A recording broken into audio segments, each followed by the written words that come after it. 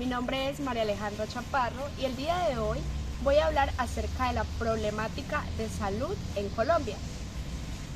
Antes de empezar, es importante recalcar que para hablar de salud, la población requiere de ciertos factores que son fundamentales para la calidad de vida.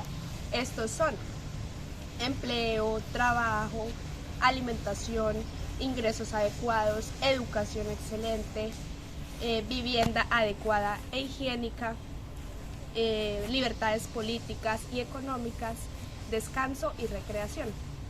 Por lo tanto, en cualquier país, para que exista un sistema de salud excelente, este debe de conservar la salud de la gran mayoría de la población, además de generar medidas preventivas para estas enfermedades y campañas de promoción y prevención de la salud.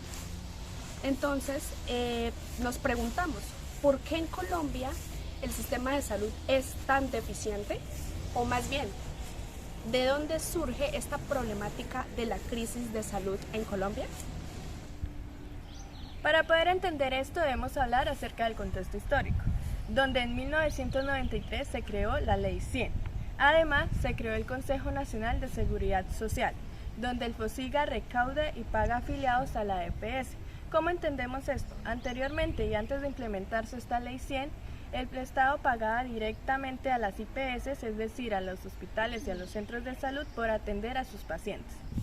A partir de la Ley 100, el dinero que se invierte en salud se les es entregado a las EPS, quienes son las encargadas de administrarlo y realizar la distribución a las distintas entidades que prestarán el servicio de salud, como hospitales o clínicas. ¿Cuál es la problemática en este escenario? No siempre las EPS desembolsan el dinero completo o constantemente para poder realizar los pagos de insumos, pagos al personal administrativo o al personal médico de enfermería, generando así un letargo en la prestación del servicio, el mismo servicio que tanto como muchos de ustedes van a solicitarlo y que muchas veces es lentificado o es muy deficiente, generando así esta inconformidad. Pero, ¿por qué pasa esto? Esto ocurre principalmente porque no hay una adecuada vigilancia por parte del Estado. Además, las EPS pueden crear sus propias instituciones médicas, es decir, las IPS privadas. Entonces, el dinero va a circular únicamente entre las EPS y las IPS. Esto quiere decir que estas instituciones cada vez se van a hacer más, van a generar mucho más dinero.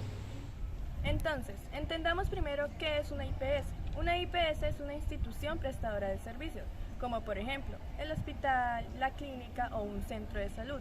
La relación que tiene una IPS privada y una EPS llena cada vez más los bolsillos de las EPS a costa de la salud de los colombianos. En cuanto a las IPS públicas, cada vez seguirán decayendo más, a tal punto que algunas tendrán que cerrar sus puertas a la atención en salud, y los usuarios tendrán una atención más deprimente y poco segura, en donde habrá escasez de recursos, y las instituciones privadas cada vez aparecerán más. ¿Por qué? Porque el negocio de la salud es muy lucrativo. Por lo tanto, uno de los problemas que más ha aquejado a Colombia a lo largo de la historia es la problemática en el sistema de salud.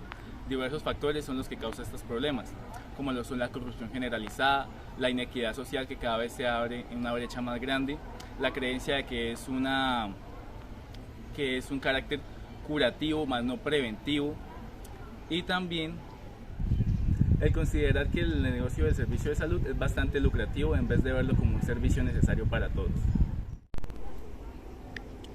El peor mal del país, un cáncer crónico, es la corrupción, ya que es simplemente el sistema de salud más avanzado. Si en él hay corrupción, no hay ninguna posibilidad de que se pueda generar salud, y del mismo modo no se van a generar buenos servicios de atención en salud, ya que actualmente esto lo podemos ver reflejado en la malversación de los fondos, de los cuales están encargados los entes gubernamentales, y el dinero no llega a los sectores que se necesitan. En este caso, el dinero no llega al sector de la salud.